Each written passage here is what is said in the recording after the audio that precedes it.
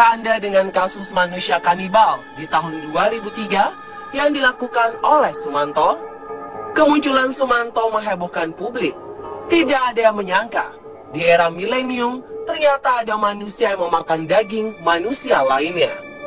Dan jauh sebelumnya, ternyata di Eropa, tepatnya di Jerman, pernah terjadi kasus kanibalisme dengan tersangka Joachim Kroll. Setelah hampir 21 tahun lamanya, Kroll sang kanibal berhasil menutupi kejahatannya yang telah membunuh 14 orang. Siapakah sebenarnya Sumanto dari Jerman ini? Bagaimana kisahnya?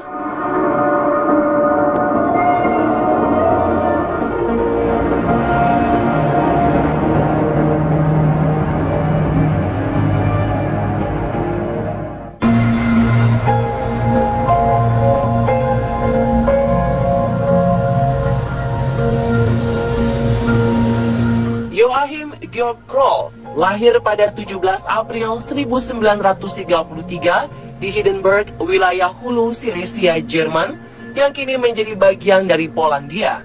Terlahir sebagai anak ke-8, Kroll merupakan anak yang lemah dan suka mengompol. Dapat dikatakan, Kroll memiliki keterbelakangan mental. Ini dibuktikan dengan tes IQ-nya, di mana ia hanya mendapatkan hasil 76, jauh di bawah standar. Ketika ayahnya menjadi tawanan Rusia meninggal dunia saat Perang Dunia Kedua, ia beserta keluarga pindah ke Jerman Barat dan tinggal di sebuah rumah kecil dengan 2 kamar yang mampu menampung ia, sang ibu, beserta ke-7 saudaranya. Karena hanya bersekolah hingga kelas 3 sekolah dasar, Kroll tumbuh menjadi orang dewasa dengan kecerdasan yang sangat rendah. Ia kemudian bekerja di pertanian milik keluarga. Peristiwa yang menimbulkan trauma besar pada dirinya terjadi ketika Kroll menginjak usia 22 tahun. Tahun 1955, kematian ibunya meninggalkan trauma tersendiri. Dari sanalah, Kroll tega melakukan serangkaian aksi pemerkosaan, pembunuhan, hingga aksi kanibalisme.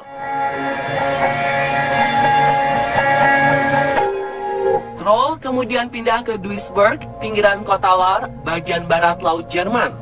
Di sini ia mulai bekerja sebagai asisten penjaga kamar mandi umum. Hidup di jalan, Kroll dikenal sebagai paman Joachim oleh anak-anak setempat.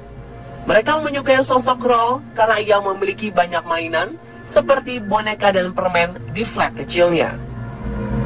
Kroll sendiri senang mengundang anak-anak ke rumahnya untuk bermain, karena Kroll merasa mereka adalah teman sejatinya. Gadis-gadis atau orang tua dari anak-anak kecil di sini juga tidak menaruh curiga. Ini semua terlepas dari sikap Kroll yang menganggap anak-anak sebagai keponakannya sendiri. Selama bertahun-tahun, Kroll tinggal di lingkungan ini. Ia memanjakan anak-anak dengan memberikan hadiah-hadiah kecil, membuat warga setempat menganggap Kroll sebagai pribadi yang menyenangkan dan bijaksana. Tetapi semua itu berubah ketika Kroll ditangkap karena kasus pembunuhan.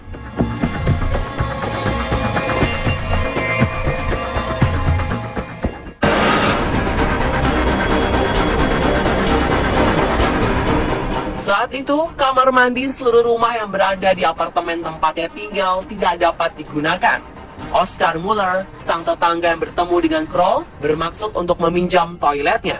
Namun Kroll menolaknya dengan mengatakan kamar mandinya tidak boleh digunakan karena hanya orang bernyali besar saja yang boleh memasukinya. Karena terpaksa dan harus ke toilet, Müller pun memberanikan diri masuk. Dan betapa terkejutnya ia ketika mendapati air berwarna merah darah dan bau busuk menyengat dari dalam kamar mandi. Sambil menutupi hidungnya, Müller mendekati tisu basah mengambang di atas air, dengan di sisinya terdapat potongan-potongan daging. Curiga dengan apa yang ia lihat, Müller segera berlari menuruni tangga dan keluar menemui polisi. Müller yang tergagap melihat apa yang berada di dalam kamar mandi, mengajak polisi untuk melihat sendiri tempat kejadian perkaranya. Setibanya polisi melakukan penyelidikan di tempat Kroll, didapati kemungkinan saluran pipa yang tidak bisa digunakan menjadi mampet karena ada sesuatu yang dibuang ke toilet dan berhenti sampai ke pipa. Mereka langsung memanggil tukang pipa untuk memeriksanya. Dan apa yang ditemukan polisi dan tukang pipa? Ketika para tukang pipa membongkarnya, mereka menemukan beberapa organ internal anak seperti paru-paru, ginjal, usus, dan hati. Mereka juga menemukan potongan daging yang tampaknya telah dipotong dari bagian lemak korban. Mueller pun menemui orang yang disebut Paman Joachim dan bertanya tentang apa yang ia buang di saluran air. Kepada polisi, Kroll mengelak dengan mengaku ia telah membunuh dan menguliti seekor kelinci. Kroll juga menggunakan rebusan air agar tidak menyumbat saluran air. Sayangnya, terlalu banyak yang ia buang, hingga perbuatannya diketahui orang lain. Tidak percaya begitu saja dengan pengakuan si Sumanto dari Jerman ini, polisi melanjutkan investigasi ke dapur dan mendapati sebuah panci berisikan rebusan potongan-potongan daging. Kroll pun akhirnya mengakui bahwa daging tersebut bukanlah daging kelinci, melainkan daging manusia. Saat polisi mengaduk isi panci, mereka mendapati sesuatu yang mengerikan. Polisi menemukan tangan kecil yang dimasak di antara wortel dan kentang. Meskipun menjijikan, polisi terus mencari. Di dalam kulkas, polisi menemukan potongan-potongan daging yang siap dikonsumsi dalam waktu dekat. Sementara di freezer, berisikan daging dalam bentuk paketan yang dibungkus untuk pengawetan.